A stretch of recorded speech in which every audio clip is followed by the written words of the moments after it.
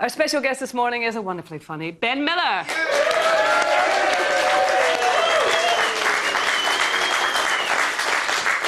Now, Ben is one half of Armstrong and Miller, who've been doing sketch shows on TV for over a decade. Ben's also a bit of a thesp, appearing in films like The Parole Officer and Johnny English, and as Sir James Lester in Primeval on ITV. Let's have a look at you in action, Ben, so to speak. Ooh, this is, of course... No, this is, of course, from Armstrong and Miller. It's not something we filmed in your bedroom. Let's have a look at it. Thank you. Now, you've had such a successful career in acting and comedy, but you studied physics at Cambridge, PhD. I did, yeah. Well, I started a PhD. I didn't finish a PhD as banned by Gascoigne. And it's such a coincidence because it was novel quantum effects on quasi-zero-dimensional mesoscopic Gosh, I electrons, you were interested in wasn't physics. it? Yeah, well, I nearly did that, and then I did needlework, but it was so close, it was unbelievable. Could you really have seen yourself in that field? Well, working in that field? Yeah, I mean, so it was a very... I mean, they used the phrase sexy physics at the time. You know, that was a very sexy area of physics because, there are basically, probably, as everyone knows, two theories in physics, general relativity and quantum theory. Everybody knows that. They're both very, very bizarre, and we don't usually observe their effects on the everyday, in everyday objects. But in the 90s, when I was doing my PhD, we started to be able to get quantum effects. And now it's very, very... quantum effects in electronic devices, and now it's, like, really, really common, and it's used in all sorts of electronics everywhere. So. But then you have this Hadron Collider, is that what you call it? Now, this is really exciting. Massive thing that broke down after a week. And that's really exciting. It's opening up again in June. Basically, what happened was they have a huge track, sort of 23 kilometres in circumference, that these particles race round, and then they collide them into one another, and when the particles collide, they create all sorts of new particles that they then detect, and we'll learn loads more about the laws of physics. Did you get genuinely excited about that? Yeah, it's really exciting. I went out to see this. God, I find it so dull. The whole scale of it. It's extraordinary, yeah. It's absolutely amazing. But anyway, they, in order to keep the particles on the track, they have these huge superconducting magnets, and they need to keep them at very, very low temperatures. And they had a bit of an accident where one of them got a bit too warm, it stopped being superconducting, it heated up, and they had basically one of the magnets exploded. So they've got to... See, you explain it very well. I tried to read about all that, so I didn't understand a word, but you explained it heated up and exploded. That's all you need to know. It got a bit hot, and the whole thing went a bit pear-shaped. Well, that is, yeah. On the softer side of life, you're married, and you've got a wee boy, yeah? Yeah, he's two and a quarter. And you met your wife in a kind of strange way, did you notice? A strange attraction? I did. Was a magnetic pull between you? Hot, and then it all kicked off. It was cool at first, then it hotted up. Yeah, exactly. It exploded. I had the good fortune to see my wife doing a cartwheel in an orchard. She said I went to this wedding. Was she wearing a peasant dress at the time? Because that would just really sort of... A basket of apples, amazing. She basically... I heard her say to the bride and groom, "It's time I gave you your wedding present." And they said, "Oh, that's really kind of you." She said, "It's a cartwheel." And she did a cartwheel, and I was so impressed I married her. You thought, that's my kind of woman. Yeah, exactly. Well, Ben, it's lovely to have you here. You and I will chat physics in the break. But for the minute, let me tell you what's in store on today's show. To kick off, the headlines, and Ben's going to lead us through those. Right, it's time to take a look at today's papers. Ben, kick us off. What's in the headlines today? I can't believe this headline. Bloodbath on the high street. Woolies is going under. I'm devastated by this. It's my favourite shop. We can't have a recession without Woolies. Oh. I mean, where are we going to buy our stuff? It's terrible news. Wasn't its greatest gift to the land the pick and mix selection? Absolutely. Yes. That was the... Yeah, that was the never milestone. a week goes by. Every young person learned how to shoplift. And thoughts. Allegedly, that's all I'm saying. Apparently they're going for a sort of desperate sort of sale, and it could all go for a penny. We could all buy Woolies. I know, Woolies could be sold together. for £1, yeah. I'm going to buy it. I've got £1 here. No, I mean, it's a terrifying thought. I mean, apparently lots of other, as we know, Marks and Spencer's is having its first Christmas sale in years, and all other kinds of...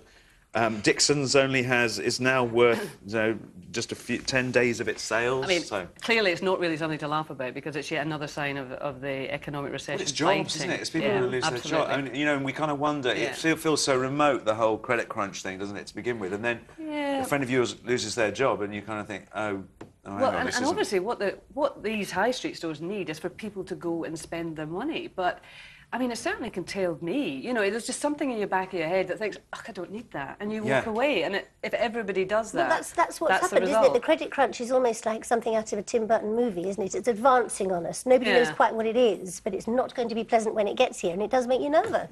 Well, I think it's here, and clearly for these stores, it is here. Yeah. So I hope somebody says Woolies, and it might be me. What else have you got? Now, I have a story here that's, you know, conveniently not on the page. I think it's... are you going to ruffle for it? Is it the BNP? Yeah, it's the BNP story. They've got the... I know, it's funny. Let me find it for you. We're Let's see, supposed boys. to... oh, here we go. Here it is. Oh, he's got it. There it is. Yeah, I mean, there's the BNP backlash. Everyone in the BNP is complaining about the fact that their details have been made 12,500 names were released on the internet, weren't they? Yeah, and you know, it's extraordinary. One thing that's extraordinary is how you know, it's funny to be a member of something you don't want anybody to know that you're a member of. Well, that's especially quite as it is a legal organisation. They put up candidates in local elections. They have won seats. I mean, I am not a supporter of the BNP, but there's a strange kind of hypocrisy in this, in that it is a legal organisation, so why are these people going to lose their jobs? Well, how can you sack someone? Or even claiming that they didn't realise it. Oh, that BNP, you know, and missold it. I don't go along with all of it. And obviously, if you join an organisation, I would imagine that you're pretty espoused to its views. Well, there was one person quoted saying, I had no idea it was a racist organisation. Exactly, well, I think there is an argument for saying that, you know, people should be able to belong to any party they want to, and the place to defeat the BNP is in elections rather than by saying, you know, you can't have this job or you can't do that. But at the same time, you can't help thinking. I mean, it's, do you know what I mean? I think you probably succinctly summed up quite a few people's feelings there, Ben. Yeah. Right. Any chance of you finding another story, or are you still struggling? Yeah, let me dig through this mountain of stuff I have. I like love a new this game, story. isn't it? Find I'm the very excited headline. about this. Obama, you know, the president-elect, is going to sign up to the Kyoto Protocol, he says. Well, at least, you know, the Kyoto Protocol, which basically we're going to try and limit the amount of global warming to 2 degrees above pre-industrial levels. And that's what scientists think the absolute maximum the planet can take. Which George Bush famously refused to get into which may or over may 10 not years. have had something to do with the fact that his family was connected with the oil business. But brilliantly, Obama, you know, who made very strong indications that he was going to do something about this when he was, you know, standing for president, has made other, you know, sort of firm commitments. You know, we're going to about the reducing emissions to their 1990 levels by 2020. You know, so he's doing, you know, he's signing up to the Kyoto thing and also adding in extra.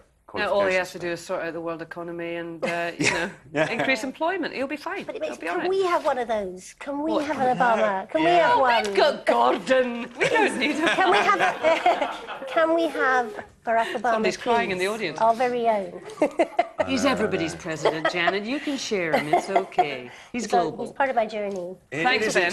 It is exciting, though. It's exciting that sort of America rejoining the international community, you know, in terms of climate change. America being cool again. That's weird. Absolutely. Yeah, it's fantastic. And then this story I absolutely love. It's Waste of Space. It's in the Daily Mirror. Basically, they ran a story yesterday about an astronaut who lost her tool bag in space, and saw all the debris sort of being, you know, a spanner. You know, Oh! I mean, I find it hard enough to find my tools anyway, but you know, when you're getting your toolkit out, I think my toolkit is floating off into space, and I can never find anything I'm looking for. But basically, it turns out there's millions of objects out in space. There's golf balls that people have, you know, done little. There we go. Look, there's something happening in space. Oh no, it's gone away. There's bits of rockets. There's about 60 nuclear reactor cores. So these are all left by various sort of space missions and. Yeah, absolutely. All the debris. Tricky. You go and get them. That's the thing. Once they've gone, You know, we should have space litter wardens, shouldn't we? Out there going, don't you leave that there, for goodness sake! But what was brilliant is she was being filmed at the time, wasn't she? She was in direct communication with NASA, so she could only say, oh gosh, when the thing, when the thing floated away from her. Oh, darn. Yeah. Oh, darn. Oh, Ben, thank you for that. Janet, what do you have in the papers?